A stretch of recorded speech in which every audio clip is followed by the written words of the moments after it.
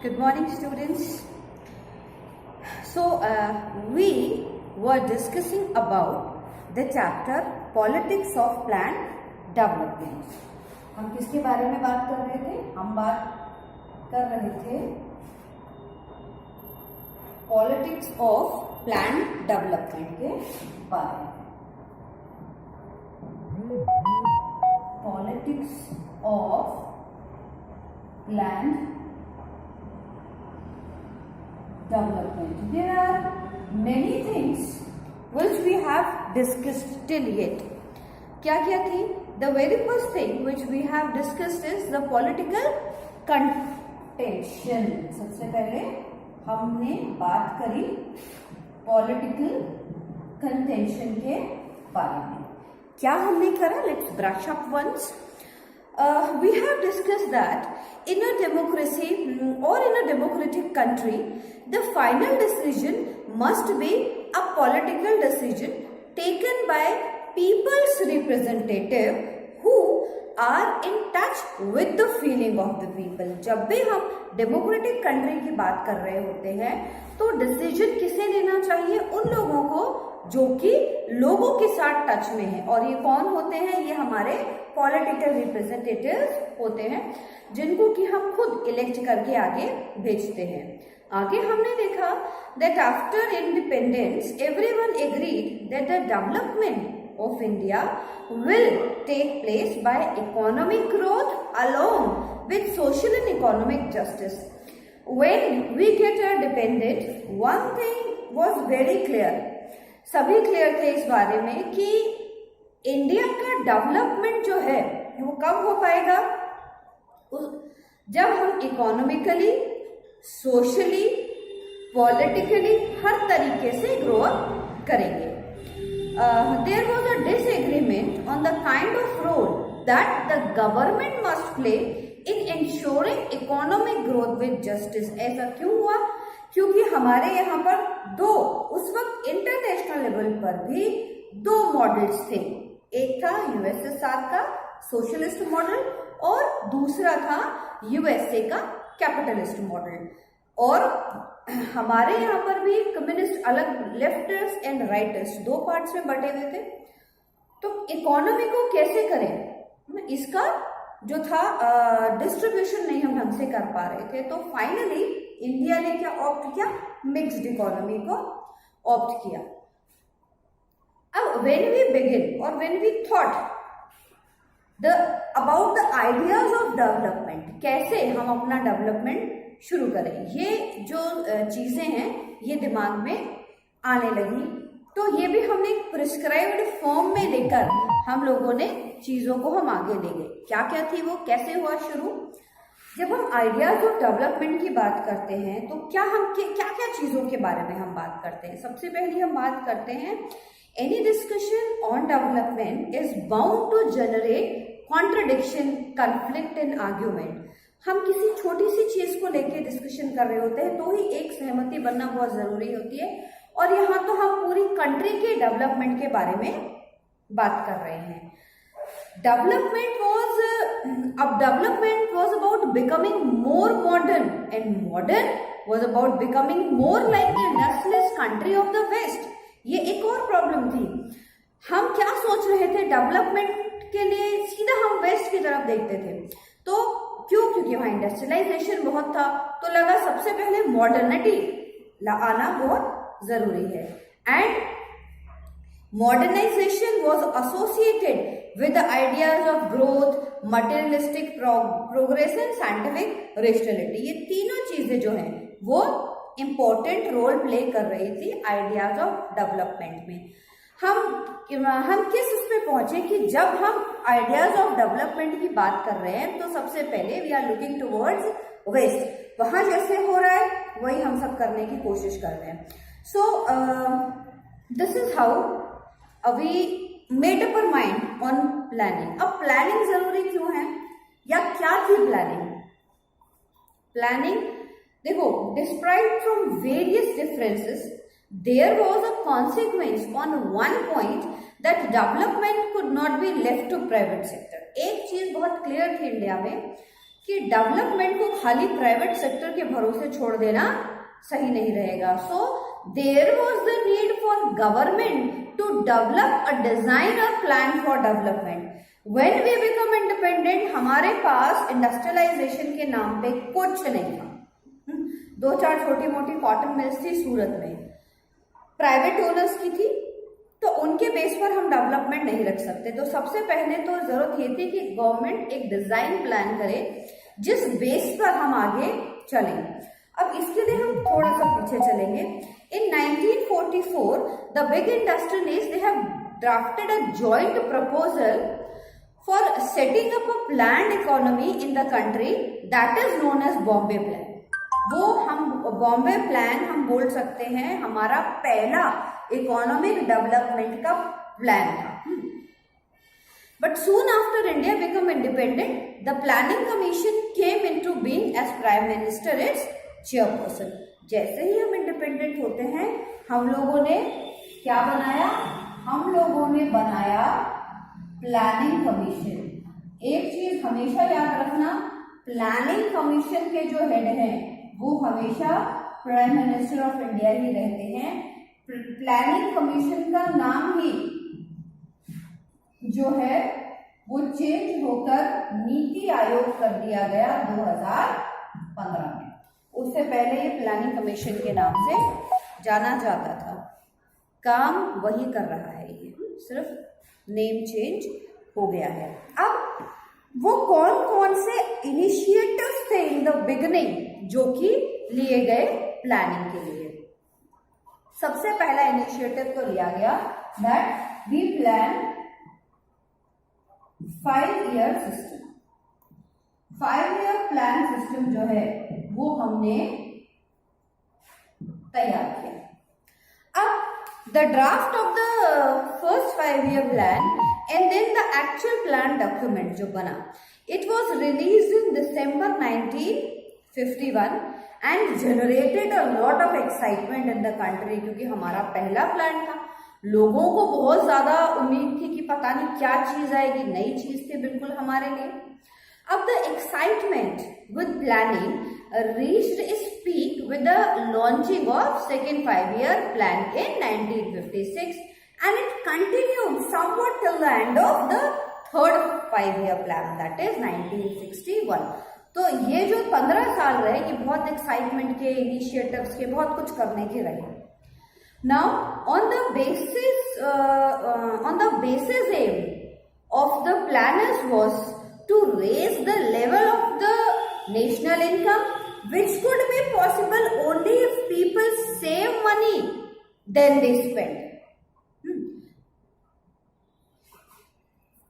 What we see here that basic point क्या था? Basic point ये था कि जितना ज्यादा इनकम हो हमारी जो सेविंग्स हैं वो उसी के प्रोपोर्शन में हो. जितना इनकम हो, 10 रुपए इनकम है तो एटलीस्ट 3 रुपए हम बचा के चले. जहां ये बैलेंस आ जाएगा वह ऑटोमेटिकली इंडिया जो है वो डेवलपमेंट के फेज पे आगे बढ़ता चला जाएगा. So the first 5-year plan we have already discussed that purely was based on agriculture, totally agriculture के ऊपर डिपेंड था. We have specific reasons for that because agriculture was a single thing that Indians were got perfection in. और कुछ हमें आता ही नहीं था. So पहली चीज तो ये थी कि जो हमें आता है हम उसी में परफेक्शन ले आए. तो पहला प्लान पूरी तरह इंडस्ट्रियलाइजेशन पे, एग्रीकल्चर पे बेस्ड था. Now second 5-year plan stressed on heavy industries. It was drafted by a team of economist and planners under the leadership of PC Mahalanobis. He was a very great economist. उनके नेतृत्व में जो यह सारा plan बना था. पहला 5-year plan was very successful. जो पर कैपिटल इनकम है वो भी हमारी बढ़ी तो हमने फटाफट इंडस्ट्रियलाइजेशन शुरू कर दिया. लेकिन यही हमारा थर्ड 5-year प्लान में रहा. अब इन 10 सालों में बहुत सारी कमी जो है हमारे 5-year प्लान की वो हमें समझ में आई या हमारे सामने जो निकल के सामने आती हैं। इसीलिए we have already discussed that 4th 5-year plan से पहले हम लोगों ने एक प्लान हॉलीडे लिया कि यहाँ क्या प्रॉब्लम रह गई। तो 2 मेन फैक्टर्स वर देयर। वो कौन कौन से थे? पहला तो था हमारा एग्रीकल्चर वर्सेस इंडस्ट्रीज का। क्या था? पहला था एग्रीकल्चर वर्सेस इंडस्ट्रीज। दूसरा था public sector versus private sector. सबसे पहले हम एग्रीकल्चर वर्सेस इंडस्ट्री की बात करते हैं। एग्रीकल्चर वर्सेस इंडस्ट्रीज में क्या था?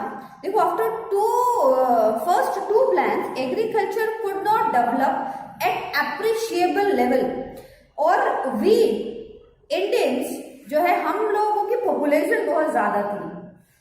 2-3 साल का सूखा भी पड़ा था उसमें, this was also a reason. लेकिन एक गांधीयन इकोनॉमिस्ट हुए हैं J.C. कुमारप्पा।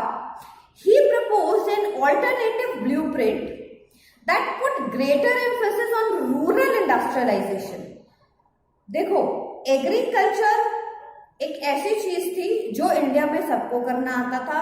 दूसरा, पॉपुलेशन बहुत ज्यादा थी हमारे पास, और सारे घर के लोगों को खाली एग्रीकल्चर में झोंकने से बेटर J.C. कुमारप्पा ने बोला कि रूरल इंडस्ट्रियलाइजेशन के ऊपर जोर दिया जाए, ताकि से विद इन द विलेज या आसपास विलेज के क्या हो, लोगों को रोजगार मिले। उससे एक फायदा ये होगा हमें, क्योंकि सेकेंड 5 ईयर हम प्लान में हम देखते हैं we have gone through heavy industrialisation. अब इसमें क्या हुआ? मोबिलाइजेशन हो गया रूरल पॉपुलेशन का अर्बन सेक्टर्स में। अब वहां प्रॉब्लम आई, इतने सारे लोगों को शहर में बसाना, खपाना, बेसिक स्ट्रक्चर प्रोवाइड करना, वो बहुत मुश्किल था, और इसकी वजह से हमारा एग्रीकल्चर सेक्टर भी प्रभावित हुआ। कैसे? लेट फॉर एन एग्जाम्पल, 1 बीघा जमीन थी जिस पर 4 लोग काम करते थे। 2 लोग शहर कमाने के लिए चले गए, 2 रह गए, तो काम करने वाले कम हो गए, तो प्रोडक्शन भी थोड़ा कम हो गया। तो और हमारा वहाँ अर्बन एरियाज पर प्रेशर जो है वो बिल्डअप हो गया। तो कुमारप्पा के अकॉर्डिंग अगर हम रूरल इंडस्ट्रियलाइजेशन पे ध्यान देंगे तो हम ज्यादा जल्दी ग्रो कर पाएंगे। अब some other thoughts that without a drastic increase in industrial production there could be no space from the cycle of the poverty. एक ग्रुप ऐसा था इकोनॉमिस्ट का जो ये सोच रहा था कि जब तक हेवी इंडस्ट्रीज पे वर्कआउट नहीं करेंगे हम लोग, तब तक भैया हमारा कुछ नहीं हो सकता। तो दोनों ही चीजें थी जो हमारे पैरेलल में हमको देखने को मिलती है। इसके बाद आता है हमारा public versus private sector. India ने ऑप्ट किया mixed economy where elements of both public and private sector exist together, दोनों एक साथ है। जैसे हम देखते हैं हमारे यहाँ प्राइवेट स्कूल भी हैं, गवर्नमेंट स्कूल भी है, प्राइवेट हॉस्पिटल भी है, गवर्नमेंट हॉस्पिटल भी हैं, और हर चीज में आप देखो गवर्नमेंट सेक्टर में भी वो फैसिलिटीज अवेलेबल है, प्राइवेट सेक्टर में भी अवेलेबल है। तो इसीलिए हमारी मिक्स्ड इकोनॉमी निकल के सामने आई। लेकिन यहाँ भी जो क्रिटिक्स हैं they argued that the planners refused to provide the private sector with enough space and that stimulates to grow. And one thing more, the enlarged public sector produced powerful vested interests that create enough hurdles for private capital. अब देखो ये तो बहुत natural सी चीज है, ये problem आनी थी। प्राइवेट सेक्टर वाले चाहेंगे कि बहुत ज्यादा गवर्नमेंट का जो है प्रेशर उनके ऊपर ना हो, बहुत सारी बातों में दे वांट कि गवर्नमेंट का इंटरफेरेंस ना हो। तो ये कंट्रोवर्सीज जो है ये इन 10 साल के प्लान्स में हमारी जो है वो रहती हैं। So here we see that first 5-year plan के मेजर आउटकम्स क्या थे। The early initiatives for planned development were at best realizing the goal of economic development of the country and well-being of all its citizens. Those who benefit from unequal development soon become politically powerful and made it even more difficult to move in the desired direction. तो इसलिए हम देखते हैं 3 major outcomes के हर हिसाब से हम बात करते हैं. पहला तो हम देखते हैं इकोनॉमिक फाउंडेशन जो है वो पड़ी हमारी. कैसे? During first 2 plans, foundation of India's future economic growth were laid. Mega dam projects like Bhakra Nangal, Hirakud for irrigation and power generation were built up. Now, some of the heavy industries in public sector like steel plants, oil refineries, manufacturing units, defense production, etc.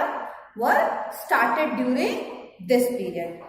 तीसरा important economic foundation क्या पड़ा? Infrastructure for transport and communication was empowered very nicely, है ना. लगातार इन सब चीजों के ऊपर जो है वो स्ट्रांगली हम लोग आगे बढ़ते चले जाते हैं. आगे सेकेंड इंपॉर्टेंट बिल्डअप पे हम देखते हैं लैंड रिफॉर्म. हमारा कॉलोनियल सिस्टम ऑफ जमींदार्स जो था, जमींदारी सिस्टम जो कि ब्रिटिश एरा से चला आ रहा था, that was abolished. Attempts at consolidation of land, bringing small pieces of land together in one place was initiated. टुकड़ों में जो खेती हो रही थी उसको खत्म करके एक जगह पर हो जिससे कि प्रोडक्शन ज्यादा हो, इस चीज पर जो है वो जोर पड़ा. और हमारे ग्रीन रेवोल्यूशन और व्हाइट रेवोल्यूशन की नींव जो है वो यहाँ पर जाकर डलती है ना. बेस जो है हमारा ग्रीन रेवोल्यूशन और व्हाइट रेवोल्यूशन का यहाँ पर हमको पढ़ता हुआ दिखाई देता है. हम डिटेल में बात करेंगे ग्रीन रेवोल्यूशन के बारे में. अभी थोड़ा सा जनरल इंट्रोडक्शन समझो. देखो, during 1960 the government offered high yielding variety of seeds, fertilizers, pesticides and better irrigation at highly subsidized price. बहुत सस्ते दामों पे अवेलेबल करवाए. This is termed as green revolution. The rich peasants and the large landholders were the major beneficiaries out of this. Some regions like Punjab, Haryana, Western Uttar Pradesh, they become agriculturally prosperous while other remained backward only. In 1970, a rural development program was called out. इसको Operation Flood बोला गया. That was started. Operation Flood organized cooperatives of milk production या milk producers into a national-wide milk ring with the purpose of increasing milk production. This term is led as White Revolution. और वर्गीस कुरियन जिन्होंने इसको शुरू किया था, he is known as the milk man of India. उनको India के milk man के रूप में जाना जाता है. और बहुत सारी चीजें जो है वो एसोसिएट है इससे, वो हम देखेंगे बाद में. अब इन सब चीजों के बाद में क्या हुआ, लेटर डेवलपमेंट जो है वो क्या हुए? देखो, 67 के बाद we witnessed many new restrictions on private industries. 14 private banks were nationalized. Between 1950 and 1980, the Indian economy grew a sluggish per income of 3 to 3.5%. Now, the presence of inefficiency, corruption, etc., it forced people to lose faith in country's economic system. Thus, it results in decreasing the significance of state in India's economy from 1980 onwards. ये जो है ये problem हमको देखने को मिली बाद में जाके. Now there are many more things that had happened during this. सबसे पहला तो था कि due to the rising global demand for iron, the reserved iron resources of Orissa had been an important investment destination to be signed as a memorandum of understanding to bring in capital investment and employment opportunities. Some conflicts arose in Orissa, like tribal population feared to be displaced from home and the environmentalist जो हैं they become worried about the environment pollution. लेकिन ये जरूरी था, बहुत सारी जगह पे जरूरी था, क्योंकि अगर हमें प्रॉस्परस होना है तो उस वक्त जरूरी था हमारे लिए आयरन और ओर की उस डिमांड का हम फायदा उठाएं और हमारे पास ओडिशा में जो खजाना दबा पड़ा है आयरन ओर का उसको आगे ले जाए। प्रॉब्लम्स आई, ट्राइबल पीपल को कहाँ सेटअप करेंगे नो, लेकिन उन सारी प्रॉब्लम से लड़ा गया, जूझा गया और बाहर भी निकला गया। Now development refers to the process of living standard of attaining an economic level of industrial production. But immediately after independence, the Indian government took up the task of poverty elimination, social and economic redistribution and development of agriculture. हमारी initially beginning के जो हमारे political leaders थे, they have a big vision. उनको पता था कि ये जिस इंडिपेंडेंस जो अभी हम इतने खुश हो रहे हैं मिलने से, वो बहुत मुश्किल रहा है। जहां पर आपको पॉवर्टी है इतनी ज्यादा, उसको हटाना है, सोशल और इकोनॉमिक डेवलपमेंट करना है, एग्रीकल्चर का डेवलपमेंट करना है, मतलब जीरो से शुरू करना है, जीरो के कहीं माइनस से हमको जो है चीजों को आगे शुरू करना था। ये चीज जो है वो हमारे लीडर्स बहुत अच्छे से जानते थे। No, planning is a systematic regulation of purposeful activity to achieve national goals. तभी तो जरूरी था प्लानिंग इसलिए हमारे लिए। अब इंडिया ने क्या किया, India inspired by USSR and formed a planning commission to fulfil the basic necessities of life like advance education, medical care, technological skill, है ना। तो बॉम्बे प्लान जो है that was drafted so to take early initiatives in the field of the industrialization.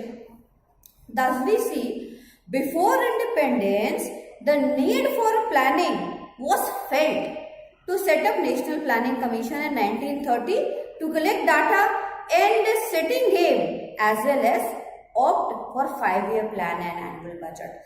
तो हम देखते हैं 47 में तो हम आजाद हुए, लेकिन प्लानिंग कब से चल रही है हमारी 1930 से, क्यों 35 में इंडिपेंडेंस एक्ट आ गया था उसमें। उसके बाद तो समझो टाइम निकाला ब्रिटिशर्स ने यहाँ पर कि किस तरह से कितना ज्यादा टाइम वो यहाँ पे निकाल सकते हैं।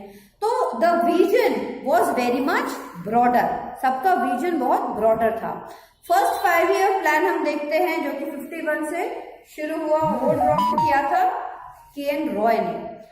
के.एन. रॉय जी थे हमारे, उन्होंने इसको ड्राफ्ट किया था और इन्होंने बेसिकली इन्वेस्टमेंट किया dams and irrigation, land reform to raise the national income of the people. Second 5-year plan stressed on heavy industries. तो इसी तरह हम बढ़ते चले गए। India did not follow capitalist और socialist economy but opted a mixed economy to coexist private and public sector also to attain rapid economic development aiming at social welfare and private owned means of production to be regulated by the state। तो open vision रखा, बहुत गड़बड़ नहीं की बिल्कुल भी कि भैया नहीं ऐसा करते हैं, अभी प्राइवेटाइजेशन कर देते हैं बाद में देखेंगे। तो बहुत लंबा जो प्लानिंग है हमारी वो इन सारी चीजों के पीछे थी। अब ड्यूरिंग द प्लानिंग हम क्या देखते हैं, जो हमारा एग्रीकल्चर सेक्टर था उस पर बहुत ज्यादा ध्यान दिया गया। तो कि एग्रीकल्चर बेस है भाई इंडिया का, उसके बिना कुछ हो नहीं सकता। हम देखते हैं कि बिटवीन 65 और 67 सिवियर ड्रॉट पड़ा बहुत हमारी कंट्री के ऑलमोस्ट पूरे पार्ट में, स्पेशली बिहाइंड में तो फेमाइन सिचुएशन आ गई थी। और so on the other hand food prices जो है they hit very high in Bihar. और due to the government policy of zoning trade and food across states was prohibited which reduce the availability of food in Bihar. तो सारा काम किया गया था government की तरफ से। और इसी के बाद हमारा ग्रीन रेवोल्यूशन आया जिसने एम्फेसिस किया on new strategies of agriculture, है ना, to be offered by government. ये तो मतलब एक बहुत प्लान्ड उसमें हमने सारी चीजों को तैयार किया और हम आगे चले। सो वो ग्रीन रेवोल्यूशन के बारे में हम बात कर रहे थे। The Green Revolution in India refers to a period when Indian agriculture was converted into an industrial system due to the adoption of modern methods and technologies such as high yield seeds, tractor, irrigation facilities, pesticides, fertilizers. Now it was mainly found by M.S. Swaminathan. This was the part of the large green revolution endeavor initiated by Norman Borlaug, which leveraged agriculture research and technology to increase agricultural productivity in the developing world. Basic उन्होंने किया था. अब यहाँ हम क्या देखते हैं? Under the primership of Congress leader Lal Bahadur Shastri, the Green Revolution of India, it commenced in 1965. That led to an increase in food grain production, especially in Punjab, Haryana, Uttar Pradesh. Now, major milestone in this undertaking were the development of high yield varieties of wheat and rust-resistant strains of wheat. However, we see that agriculture scientists जो थे हमारे स्वामीनाथन और social activist Vandana Shiva, they are of the opinion that it caused great long-term sociological and financial problem for the people of Punjab and Haryana. ऐसा उनको लगता था, ऐसा उन दोनों का ऐसा मानना था. However, it proved to be a useful measure and was pioneer in helping the then Indian government to independently produce necessary crops in our own country instead of depending on foreign exports. अब green revolution की जरूरत क्यों पड़ी? पहले सबसे पहले इस चीज को समझो भाई. कंट्री में खाने की कमी हो गई है, कमी हो गई, सूखा पड़ा, तो बाहर से अनाज इंपोर्ट करने की नौबत आ गई. तो एक रीजन क्लियर हुआ कि भाई इतना तो सेल्फ डिपेंडेंसी हम में हो कि अगर 2, 3, 4 साल सूखा पड़ जाए तो हमारे पास इतना अनाज भरा हुआ हो हमारे गोदामों में, कोल्ड स्टोरेज में, कि हमारी डिपेंडेंसी फॉरेन कंट्रीज के ऊपर ना रहे. ये रीजन जो है ये लेके हम लोग चले थे. तो और जितने भी हमारे एग्रीकल्चर साइंटिस्ट एंड ऑल थे वो सब भी इसी को चाह रहे थे. और ग्रीन रेवोल्यूशन जो था दैट पायोनियर क्यों कहा गया है? क्योंकि ये पहला सबसे स्ट्रॉन्ग स्टेप था जो एग्रीकल्चर इसके लिए लिया गया. अब एक और नुकसान होता है ये सब करने से कि instead of depending on foreign export and whose policies were often misused by the foreign nation to blackmail India to serve their own political purpose and get dominated by those nations. अब पैसा है नहीं, अनाज लेने के लिए भी आपको WHO से, वर्ल्ड बैंक से, कहीं से आपको लोन लेना पड़ रहा है. अब वो लोन तो देंगे आपको, लेकिन आपको कहीं ना कहीं उनके अंडर में काम करना पड़ेगा. तो इस चीज से जो है हम बाहर आ जाए. ऐसा हमारे जो इंडस्ट्रियलिस्ट हैं, हमारे जो इकोनॉमिस्ट थे और जो हमारे पॉलिटिकल लीडर्स थे, उनका ऐसा सोचना था उस वक्त पे. अब वीट का प्रोडक्शन बढ़ाना, पहला एम यही था हमारा कि वीट का प्रोडक्शन कैसे बढ़ाया जाए. बाद में बहुत सारी चीजों में हम देखते हैं ये चीज ग्रीन रेवोल्यूशन की झलक हमें दिखाई देती, पर बेसिक चीज यही थी हमारी. So we can say that the main development was higher yielding variety of wheat for developing rust resistant strains on the wheat. अब क्या हुआ इससे? हम देखते हैं कि the introduction of high yield variety of seeds हुआ, फर्टिलाइजर्स की क्वालिटी इम्प्रूव्ड आई, इरिगेशन के टेक्निक्स जो है वो बढ़ रहे. जितने भी केनाल सिस्टम एंड ऑल आपको पंजाब में मिलने को मिलता है वो ग्रीन रेवोल्यूशन का ही नजरिया है. अब इससे इन सब से क्या हुआ कि we were able to produce sufficient grain और हम सेल्फ डिपेंडेंसी जो है इंडिया की वो आ गई. मतलब कंट्री जो है हमारा सेल्फ सफिशिएंट हो गया इन फूड ग्रेन्स. अब इससे क्या होता है? दस improving agriculture in India. Now the methods adopted included the use of high yield variety of seeds. High yield variety of seeds बहुत बार आ रहा है, क्या मतलब है इसका? इसका मतलब ये है ऐसे सीड्स का इस्तेमाल जो कि ज्यादा प्रोडक्शन दें, ठीक है, और मॉडर्न फार्मिंग मेथड्स को इम्प्लीमेंट किया गया. The production of wheat has produced the best results in fuelling self sufficiency in India. तो ये हम जो है अच्छा एक चीज और, due to the rise of chemical pesticides, ये नुकसान भी हुआ हमें इन fertilisers. There was a negative effect on the soil and the land, जिसकी वजह से काफी आगे चल के हमको लैंड डिग्रेडेशन जो है इसका सामना करना पड़ा. और बहुत सारी चीजें हैं जो एसोसिएटेड हैं ग्रीन रेवोल्यूशन से. क्या क्या है? Green revolution in India was firstly introduce इन पंजाब और लेट 60s में जाते जाते और पार्ट्स में भी ये होने लगा, है ना. अब थोड़ा सा पीछे चलते हैं हम इसको और अच्छे समझने के लिए. देखो, during the British Raj India's grain economy was handed on unilateral relation of exploitation. Consequently, क्या हुआ? When India gained independence, the weakened country quickly became vulnerable to frequent famine, financial instabilities, and low productivity. These factors formed a rationale for the implementation of Green Revolution as a development strategy of India. Britishers के time में देखते हैं कभी वो Indigo की खेती करा रहे हैं, कभी किसी की करा रहे हैं. अब इन सब से क्या है, लैंड बैरन हो जाता है. धीरे धीरे करके बहुत सारा जो लैंड है इंडिया का वो बैरन होता चला गया. और 64 से 67 तक जो है बहुत फ्रीक्वेंट फेमाइन्स हमारे यहाँ पर आए, सीवियर ड्रॉट्स आए, जिसकी वजह से क्या हुआ, फूड शॉर्टेज हो गई, है ना. कंट्री की अच्छा, हम अपनी मेडिकल फैसिलिटीज बढ़ा रहे हैं, जिसकी वजह से मर तो लोग कम रहे हैं और पॉपुलेशन ग्रो कर रही है.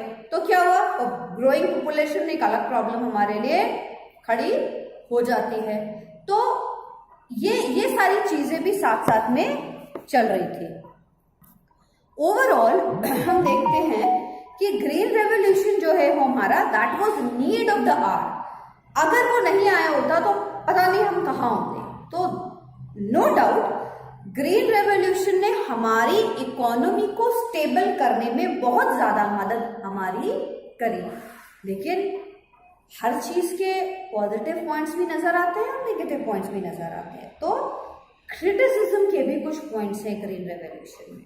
देखो, ग्रीन रेवोल्यूशन है, it yielded great economic prosperity during its early years. शुरू में तो बहुत प्रॉस्परस हुए वो लोग जिन्होंने इसका इस्तेमाल किया.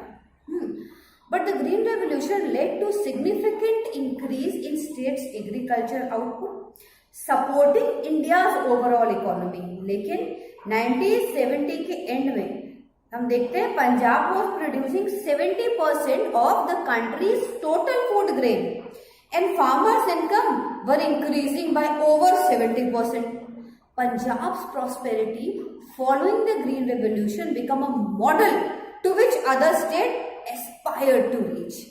However, despite the initial prosperity experienced in Punjab, the Green Revolution was met with much controversy throughout the India.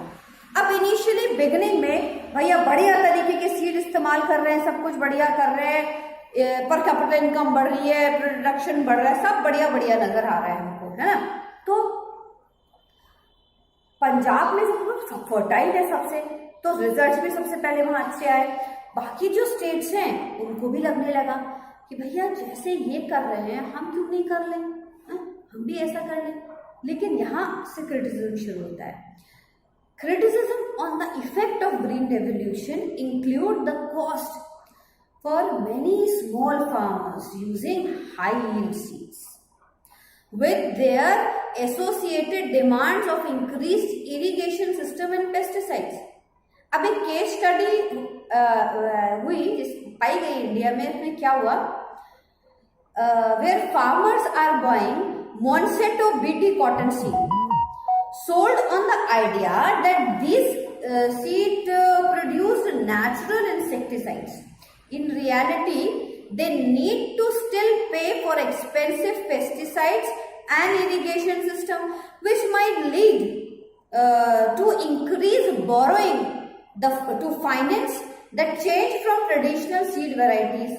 Now, many farmers have difficulty in paying the expensive technologies, especially if they have a bad harvest.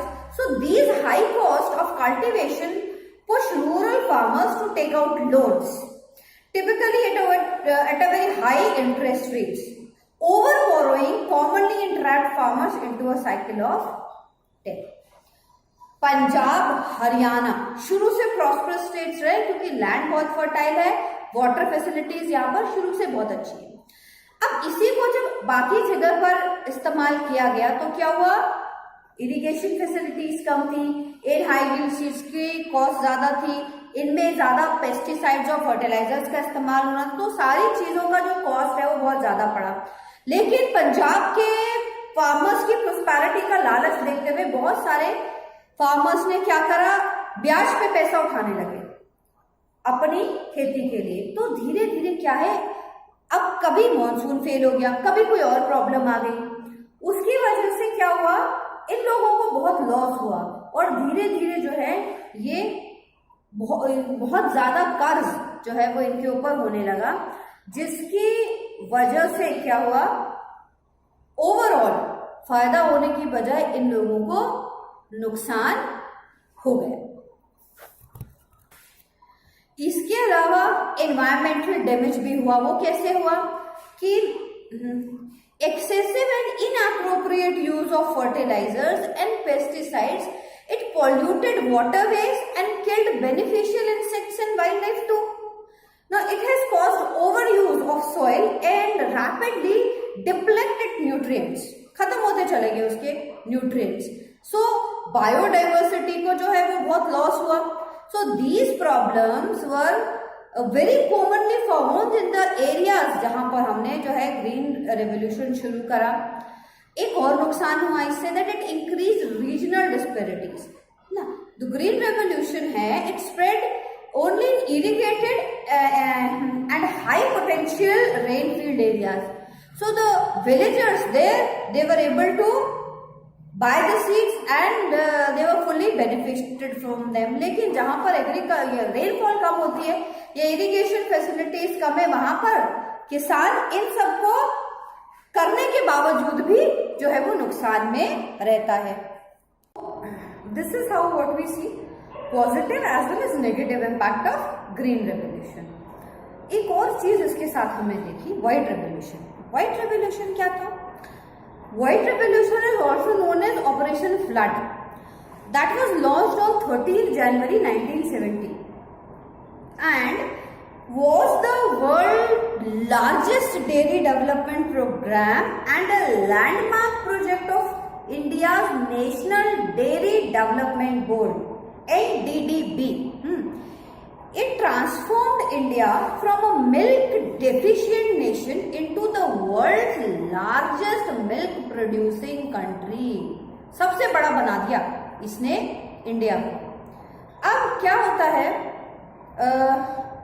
कि United states को भी suppress कर दिया हमने इस चीज में 1998 में, with about 17% of global output in 1910 and 11. अब with in 30 years it doubled the milk available per person in India and made dairy farming India's largest self-sustainable rural employment generator. It was launched to help farmers directly in increasing their own development and to give them control of the resource they create. All this was achieved not merely by mass production, but by production, but production by the masses. So the production has since been termed as white revolution. देखो basic को समझो, हमने agriculture production बढ़ा दिया, लेकिन agriculture production जो है वो कब हाथ में आता है? भाई फसल ठीक ठाक घर में आ जाए तो वो मोटी इनकम आ जाती है. लेकिन अपनी रोजमर्रा के खर्चे को फार्मर कैसे पूरा करे? हमारे विलेजेस को सेल्फ सफिशिएंट बनाने के लिए किया कि भाई एक ऐसा प्रोग्राम ऑर्गेनाइज करें जिससे कि घर घर जाकर दूध कलेक्ट कर लें और जिसका पैसा उन्हें क्वार्टरली बेसिस पर या मंथली बेसिस पर मिले। ये कोर आइडिया था इसके पीछे, जिससे कि अपनी रोजमर्रा की जरूरतों को पूरा करने के लिए उनको वो पैसा मिल जाए। अब it was initiated by the Anand pattern enterprises at Amul, a dairy cooperative was the engine behind the success of the programme. और जो वर्गीस कुरेन थे, the chairman and founder of Amul, was named the chairman of NDDB by the then Prime Minister of India, Lal Bahadur Shastri. Corain thrust the program towards success and has been reorganized as its architect. तो ये जितनी भी designing थी, planning थी, वो सब उन्होंने करी और इसका बहुत फायदा मिला। एक फायदा ये हुआ क्योंकि रोजमर्रा की जरूरतें वही पूरी हो रही है और बाकी के लिए आपको गवर्नमेंट जो है वहां से खर्चा मिल ही जा रहा है, मतलब बेसिक प्रोडक्शन जब आप कर रहे हैं वो खर्चा मिल जा रहा है। तो एक रूरल आदमी जो है हमारा, उसकी जिंदगी ठीक ठाक से आगे चल रही है। तो हमारे विलेजेस को सेल्फ सफिशिएंट बनाने के लिए ये प्रोग्राम शुरू करेंगे। So this was all about your chapter 3. From next video we will be starting chapter 4. Thank you very much. Good morning students. We will be discussing many things about the chapter Politics of Plan Development.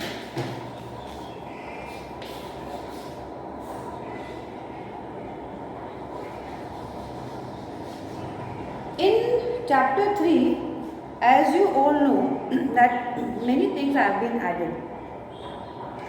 In this chapter, only one thing has been added new, that is planned development. क्या किस थोरों में हुआ? एक आयोग, नीति आयोग।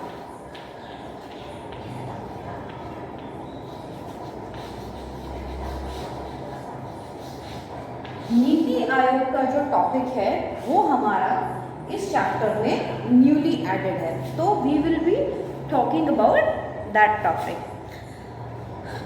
देखो, after independence planning commission based on socialist model was formed for the development of India. But in the era of globalization, especially in 21st century, it seems that if we will progress through that old socialist model, so that will be insufficient and irrelevant, particularly in terms of coping up with the challenges for development. अब इसके लिए क्या करा? इसके लिए independence day speech में 2014 में हमारे प्राइम मिनिस्टर नरेंद्र मोदी, उन्होंने 2014 में क्या करा? एक नया स्ट्रक्चर हमें दिया। He talked about the abolition of the planning commission and a new name NITI Aayog was constituted in place of planning commission. इससे पहले मीन्स 1947 से और 2014 तक हमारा क्या था? प्लानिंग कमीशन था, राइट। और 2014 से टिल डेट नीति आयोग जो है उस बहुत सारे चेंजेस के साथ, ऐसा नहीं है कि सिर्फ नाम ही बदल दिया गया, there were certain changes also made. और उसके बाद से हम लोग नीति आयोग के अकॉर्डिंग डेवलपमेंट फेज पर आगे जा रहे हैं। जनवरी 2000 to 15 से with the objectives of providing the necessary and technical advice to the union government regarding policy making at the center as well as state level. NITI Aayog ने काम करना शुरू कर दिया. The Prime Minister of India is the ex-office chairman of Niti Aayog and he appoints one chairperson of Niti Aayog, one vice chairperson of Niti Aayog. अभी the first chairperson of Niti Aayog was Arvind, है ना, mister Arvind पंगारिया. वो हमारे पहले vice chairperson है नीति आयोग के. Chairperson कौन है? Prime minister. जो भी उस वक्त प्राइम मिनिस्टर होगा वही नीति आयोग का चेयरपर्सन भी होगा. डॉक्टर राजीव कुमार जो है is the current vice chairperson of Niti Aayog. अब क्यों एस्टेब्लिशमेंट करने की जरूरत हुई? To harmonise the interest of national security and economic policy and to prepare a strategic and long-term framework of policy and program. Niti Aayog act as a think tank of the union government by adopting a bottom-up approach. Bottom-up मतलब low level से, बिल्कुल नीचे से ऊपर की तरफ सोचेंगे हम. इस फिलॉसफी के साथ जो है वो नीति आयोग को एस्टेब्लिश किया गया. Now NITI Aayog acts in the spirit of cooperating federalism as it ensures equal participation of all the states in the country. अब नीति आयोग क्या है? स्टेट्स की बात को भी लेगा, सेंटर की बात को भी लेगा, रूट लेवल से सारी चीज़ों को सोच के और फिर जो है जो प्रोग्रामिंग है वो करेगा. अब प्लानिंग कमीशन में क्या था? प्लानिंग कमीशन जिस वक्त बनाया गया था उस वक्त और आज के एजेंडास में, चीज़ों में बहुत सारी कमियां हैं, बहुत सारे अंतर हैं, है ना. तो अब नए चैलेंजेस को मीट करने के लिए हमने हमारे प्लानिंग कमीशन को चेंज करके एक नया स्वरूप नीति आयोग दे दिया गया.